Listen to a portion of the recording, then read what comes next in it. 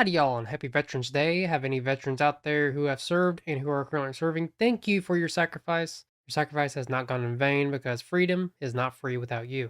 Here is a speech I wrote in dedication to y'all. Today, we gather not only to honor those who have served, but to reflect upon the enduring spirit that has made this nation great. Our veterans from every corner of this land have stepped forward in times of peril, not for fame, not reward, but for a cause greater than themselves, a cause of liberty, democracy, and the relentless pursuit of a more perfect union. In the quiet fields of Arlington, may they all lay to rest. They represent every creed, every race, every walk of life, united by a common bond of service and sacrifice. They fought not wars of aggression, but conflicts for freedom, for the very essence of what it means to be free, because freedom is not free. We remember our veterans from the Revolutionary War who cast off the yoke of tyranny to birth a nation conceived in liberty. We honor those from the Civil War who fought to preserve our Union and to end the scourge of slavery from the trenches of World War I to the beaches of Normandy, from the jungles of Vietnam to the deserts of the Middle East. We pay tribute to each and every one of you. But Veterans Day is not solely a day of remembrance for the fallen. It is also a celebration of those who returned, those who carry with them the scars of battle, seen and unseen. They are our neighbors, our friends, and our family. They are the ones who stood in the line of gunfire and who have faced adversity to strike down the brink of tyranny, and who have asked not what their country could do for them, but what they could do for their country. May we all pay respect to all of them and the opportunities that they gave us, as they gave us peace and freedom that we take for granted each and every day. And let us also pledge anew to this sacred trust, and let us work tirelessly to heal the wounds of war, to support our veterans in their transition to civilian life, because I know it's tough for y'all to transition from war to the freedoms that we have here. As we look to the future, let the legacy of our veterans inspire us. Let their courage in the face of adversity and their commitment to duty and their love of country guide us as we tackle the challenges ahead. Let us remember that the defense of freedom requires not only soldiers in uniform, but citizens in action, because freedom, again, is not free, and freedom is only one generation away from extinction. And here's some stats. 22% of veterans suffer PTSD, 34% suffer from mental illness, and 1 out of 3 soldiers seek help. Here's some more stats for y'all. 22 veterans die by suicide each day. 30% of active duty and reserve military personnel deployed in Iraq and Afghanistan have a mental disorder requiring treatment, and only less than half of those 30% receive any sort of treatment. And I know of a couple podcasters that are veterans, Jocko Willink and Sean Ryan. Mainly Sean Ryan is the one who suffered from PTSD. So go check those guys out. They are very great podcasters. And here's another stat, which is pretty neat. In the American Revolution, we had 217,000 that served, went up to 8 million back in the Vietnam War, which we didn't need to serve. That was a useless war. A lot of our Americans died for no reason. And now we only have 4.3 million, probably less than that now, because of how woke the leadership is in the military. And the wokeness should go away, hopefully. And hopefully we end these useless wars, because these wars are unnecessary. But again, thank you for those who have served. Your sacrifice has not gone in vain. And if you are suffering from PTSD, hopefully you get the treatment that you need, because I know the VA sucks right now, but the VA should be getting better, and you should be getting the treatment that you need. And I do have some veterans in the family as well. Thank you for your service. I appreciate you. And on to the weather. We had a blizzard back in 1940 on this day. It used to be called Armistice Day. About 17 inches fell, claimed about 154 lives, killed 1,000 cattle in Iowa, and it just caused a whole bunch of problems up there in the upper Midwest.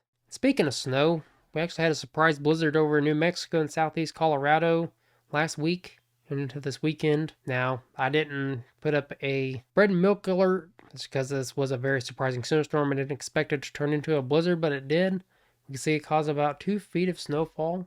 And as I pull up a webcam for y'all, the Crested Butte Mountain Resort webcam, we can see the snowfall that they got down there in southeast Colorado. Got a lot of snowfall. And it's not looking like any sort of snowstorms is going to be occurring here in the near term, at least for the next couple of days, as there is no winter storm warnings or blizzard warnings issued. So that's some good news. But let's go ahead and take a look at the troughs and ridges. If you don't know what that is, basically a trough is associated with bad weather. It's in the blue. Ridge is usually associated with the good weather, and that's in the orangish yellow. We can see right now we're in a little bit of a ridge amongst the central and eastern part of the country and coming into a little bit of a trough out west, which could mean more snowstorms in the future. We'll take a look at that. And could mean some severe weather here in the central part of the country as well. And then watch as we head into right around the end of the month, coming back into a ridge out east and a trough out west again. And then it's looking like a little bit of a system is going to be forming down here in the Gulf. Could turn into a tropical storm or hurricane. Also take a look at that as well. But then watch as we head into the end of the month. Looks like a major trough could be setting in amongst much of the lower 48. Keep in mind, well over 200 hours out. This will change between now and then.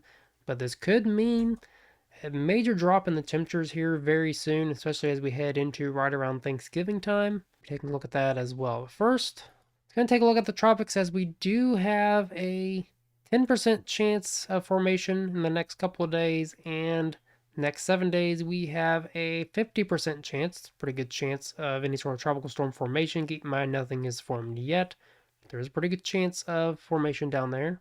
Eastern Pacific, we don't got much of anything out there actually. In the Eastern Pacific, not much there either. So keep in mind, nothing's formed yet. Hurricane season lasts all the way into the end of this month. And I will be keeping an eye on this on X and Facebook, so make sure you go follow those pages, as I will be keeping you informed if this does form into anything and impacts anywhere out here in the Gulf Coast. But now let's go ahead and take a look at our precipitation pattern for the next couple of weeks. We can see today and into tomorrow it's really quiet amongst much of the lower 48 except for some snowstorms out west, so prepare for that. And it's looking like as we head into this weekend it could be a little soggy out east and pretty snowy and wet and just very sucky up here in the northwest. But if you have any Christmas ornaments and lights you want to hang up outside, this weekend looks to be a pretty good time to do so. It's pretty dry amongst much of the lower 48 except for some snowstorms up here in the mountain west and up here in the northeast as well. And then watch as we head past the weekend. It's looking like we could come in on an uptick in some severe weather here in the central part of the country. And it's looking like that tropical system is going to start to form as we head into right around the 18th. And it's looking like it's going to be heading up into Florida potentially. But like I said earlier, I will be keeping an eye on this. I'm not going to break it down in depth in this video because it looks like this is well over 200 hours out. This is subject to change. Might not even happen. Just like Raphael, it was supposed to hit the Gulf Coast. It never did. It actually went up and then it got smacked back down. And I was expected to hit Central America, of course. And now it's looking like after that system moves out, it's looking like we could come in on a major snowstorm potentially up here in the northern plains and some lake effect snow down here in the Ohio Valley region and some potential severe weather over here by Virginia. Keep in mind, like I keep saying, well over 200 hours out, well out into the future. This will change between now and then. And then it's looking like as we head into right around Thanksgiving, it's looking like it's going to be pretty dry amongst much of the lower 48.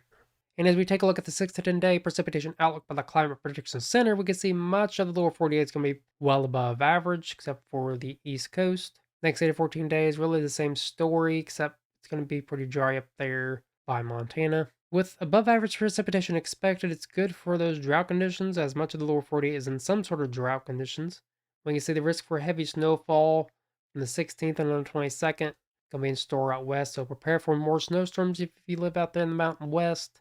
And prepare for some heavy precipitation if you live out here, the central half of the country and part of the Ohio Valley as well. Let's go and take a look at the temperature pattern for the next couple of weeks. We can see really back and forth temperatures for quite a while, especially as we head into this weekend. Very chilly out west though, where y'all got in on a major blizzard and looking like y'all are going to be getting in on more snowfall, which is good for the ski resorts. If you have any out there, get out there and enjoy those. I know more of those are going to be opening this week, and be careful if you're heading out to those, by the way. I forgot to mention that earlier, but be careful if you're heading out to those ski resorts, because I know some roads are very impassable. But it's looking like as we head into this weekend, though, it's looking like some very warm conditions could be in store here in the central and part of the eastern half of the country, and really chilly up here in the northwest and northeast. But don't let this stop you from hanging up Christmas lights, because it's looking to be pretty dry and a little bit warm amongst much of the lower 48, so get out there and hang up those Christmas lights. Be a good time to do so. And once we head out of the weekend, it's looking like we're going to be coming back into some very chilly temperatures, as you saw in the thumbnail. Could be dealing with some chilly air very, very soon, especially as we head into right around the Thanksgiving time frame. So definitely prepare for that. But as we take a look at the Climate Prediction Center's 6 to 10 day temperature outlook, valid from the 16th and the 20th, see much below average temperatures out west and way above average temperatures out east. Next 8 to 14 days, this is subject to change, but they are showing us that above average temperatures are going to be in store out east. Out west, looking to be still a little bit below average. So basically, we in back and forth temperatures as we head into right around the 20th, but after we head past the 20th and into right around Turkey Day, looking to get really, really cold here soon. So definitely I'd recommend this weekend to hang up those Christmas lights because it's going to get cold and very sucky out there here very soon. And here is a Turkey Day joke for y'all. Why did the police arrest the turkey? Because they suspected of foul play. Now, I'll have some Turkey Day stats up for y'all when we get closer to Turkey Day, most likely in the next video. And I'll also have a Turkey Day speech up, because I like doing these kind of speeches like I did earlier in the video. I like doing that for y'all, because we try to make weather forecasting fun and informative here. So I hope y'all enjoyed today's weather forecast. If you did, make sure you hit that like and share buttons so more folks are informed about the weather, and also leave me some feedback in the comment section down below, as feedback helps provide you, the viewer, better and more informative content in the future. And also hit that subscribe button with bell notifications turned on, because here on Willie's Weather, we try to make weather forecasting fun and informative. And I also have a Rumble channel, Williams WX98. Go check that out. I have 9 followers on there already. Let's get that number up. I'm trying to grow that channel. It'd be greatly appreciated, so thank you. So to sum this video up, basically it's looking like we could be coming in on some back and forth temperatures at least until the end of the month.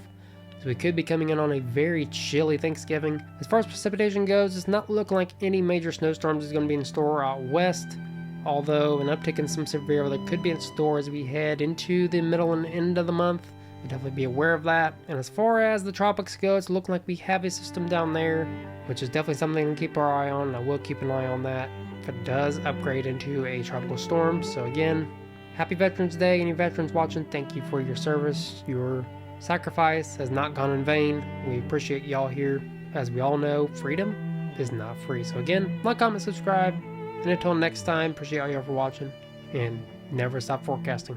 God bless America.